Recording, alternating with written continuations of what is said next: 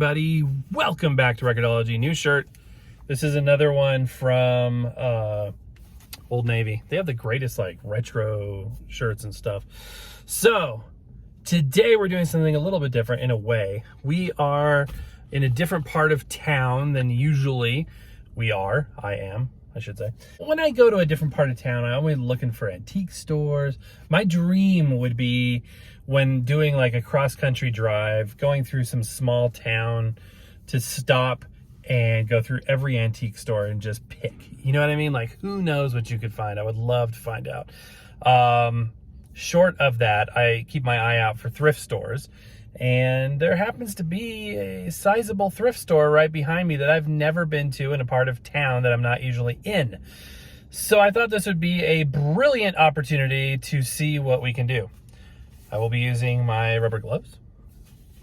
I hate these things. I mean, it's just like, I can't wait till we don't have to do this anymore. I will be wearing my mask. And yeah. So come with me, won't you? I have no idea what we'll find. It's a brand new store to me. The possibilities are endless. It's truly exciting. To me, it's like opening a Christmas present. You have no idea what's going to be in there. So, now that we're dressed appropriately, hopefully, protected, all that good stuff, I'll take you in with me. I'll probably have to do a voiceover because I'm guessing it won't be okay to film. Well, it won't be okay to talk while you know what I mean. We'll see. Anyway, let's go do it. It is a beautiful day in the Mile High City.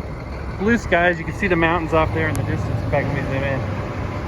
Perfectly clear. Just beautiful.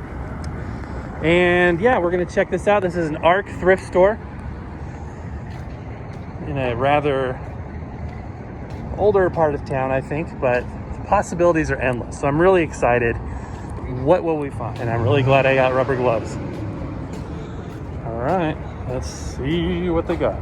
Okay, we're in. What do they got? This place is actually really spread out. It's really, really nice. The first thing I noticed was they have so many books. I mean, there was rows and rows of books, enough to actually have like sections of books. And I'm always on the lookout for like antique Hardy Boy stuff, although a lot of the more pedestrian titles, throwaway things is what you'll come across out here. They keep some of what they think are the valuable books in cases, which we'll look at in a minute. But right now I'm looking for records. Where are the records? Each one of these stores are different. Oh, and guess what? Somebody's standing right next to them. So trying to be as non-awkward as possible, I move on. So speaking about those cases, you definitely want to check out the cases. I learned this kind of later on in the process of doing this, but you'll find stuff that it's not necessarily expensive because it's in the case. The Sears tape cartridge thing, $5 I got in a case. The Sharp schoolroom player, like another $10 or something I got in the case. So you never know. I also checked the toys just to see what they got. I thought that was a suitcase player for half a second, but it's not. Unfortunately, a lot of kitchen junk is mixed in with this stuff, but there's an interesting CD changer, a carousel changer. Since we got somebody blocking the way over by the records, I thought we'd go look at the electronics. This building is huge. It must have been a full-size supermarket at one point. Wow, look at all of this, you guys. There is a lot to take in, and what does my eye spy? A little automatic Akai record changer, which looks really cool. And again, I think it's like $15. This would be a great way to get into records for very little cost. Less than $20 and you got a decent player. Now, it may need a needle. Oh, check it out. The guy standing in front of me. There's always a guy standing in front of me or where I need to be, or a person where I need to be. Okay, this is awesome. This is like a Sanyo single deck cassette recorder. Very cool. It looks like it's compatible with metal tape. Another $15. That's tempting. That's really, really tempting. We'll have to see what I actually take home with me. But looking through here, a lot of stuff. I don't want to say junk because you just never know. There's a disc changer, a really cool retro tape player there. Check that one out. That is really neat. Okay, are the records accessible now? Oh, this is cool. I like how they're on this stand. At least I thought I did at first. But what turns out to be an annoying situation because although the first row and to a lesser extent the second row is fairly accessible, it turns out that the records in the back and up top are really difficult to see because you have very limited space to flip. So I didn't make you suffer through the entire session of record flipping here, but I wanted to show you kind of a sample of what they got. A very unique sampling of wares. You got some of the typical stuff. You've got the Lawrence Welk and things of that nature, the Floyd Kramer stuff mixed in, but in a large assortment of opera and show tunes, which was kind of unique. These are cool. These Command records recorded on stereo 35 millimeter film. Always interesting to see. I'm not seeing anything that I have to have yet. It's an interesting collection to see all of that opera. I do love opera, specifically Pavarotti and others. I will pick up certain artists if I see them. I do have an opera section of my record collection, but I simply don't have the space for dozens and dozens of records of opera or any type. Now these are cool, little 10-inch records. Really interesting. Eddie Arnold, there's a perennial classic you will find when Ed Ames, another one, you will see this. Creepiest Neil Diamond I've ever seen, and certain records, back into the opera stuff now. There are certain ones you just find. Hopefully we don't come across any Judy Collins, but you never know what's going to happen. So more show tunes, more opera, some unique things in here. Oh no. With that lead up. Now these ones in the back here are super, super hard to get to. So I'm just kind of sliding them off to the side. Julius LaRosa. I actually have some of his music. He did some Glenn Miller stuff, I think. Some really bizarre stuff. Some stuff that's kind of creepy. Album cover, some bizarre stuff. Songs of Norway. That's cool. Really, really cool. And some artists I haven't heard of, some that I have, and I'm just kind of flipping through to see what I got. Up on top, we've got more box sets. So I wanted to make sure there's not, by any off chance, some amazing big band set that I need. Here's a cool Eddie Howard 78 collection. This is really cool. Really cool.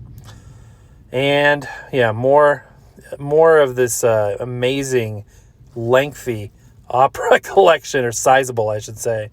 And, you know, if I had unlimited space and unlimited funds, I would probably buy all of it. Do tell me down in the comments what I missed that you would have gone back for, that you would have taken. I'm always interested to learn about certain artists that you guys are like, oh man, how could you have passed that up? But when I see the golden age of the organ, I'm thinking there were different ages of the organ. There was a golden one. Yeah, so, but I'm always interested. What did I miss? And if there's a Walkman or some small, cool little thing on the electronic shelf that I missed, I'll be really upset because that would have been something I would have snapped up. Floyd Kramer.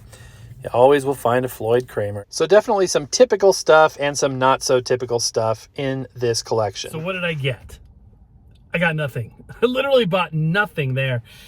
I don't know if you experience this or not sometimes when you go thrifting, but sometimes you're just not in the mood to pick up anything you see. Even if you see awesome stuff, you're just kind of like, that's cool, but I don't need that right now. Or, you know what I mean? I was mostly impressed with the cassette decks that we came across. I thought those were really, really cool.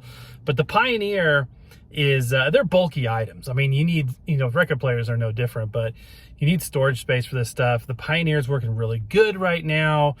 And in terms of video content, I'm always looking and wanting to invest in that. But right now we've done a lot of tape stuff, so I kind of want to hold off on that a little bit. So I just didn't feel it today. And the record collection was interesting, but there was I have the, no record left behind mentality for Glenn Miller and some big band stuff, and a couple different artists, but I didn't see anything that I had to take home with me. And yeah, I don't want to just have records to have records. They actually had a really good collection of cassette tapes, but there was this guy standing in front of it the entire time. And I'm trying to kind of nudge. I didn't want to get too close, but I was kind of nudging myself closer, and he wasn't taking any social cues. So I'm just like, I don't need him that bad. So I didn't take anything home today other than the footage, and hopefully we can all enjoy that. Now what'll probably happen is I'll be sitting on the couch tonight and I'll be like, dang, I should have gone for that. Why didn't I get that? And I'll have regret, but who knows? But it's cheaper to have regret rather than to have equipment you don't need or want. So, all right, guys, that's going to do it for now. I hope you enjoyed that. Tell me down in the comments, what did I miss that I should have gone back for, or something that I might not have seen. I get kind of tunnel vision when I'm doing these videos, and so sometimes I miss stuff that's blatant. So let me know in the comments down below what you think, guys. Give me a thumbs up. Subscribe if you haven't done so already. But that's going to do it for now. So happy record hunting. We will see you tomorrow.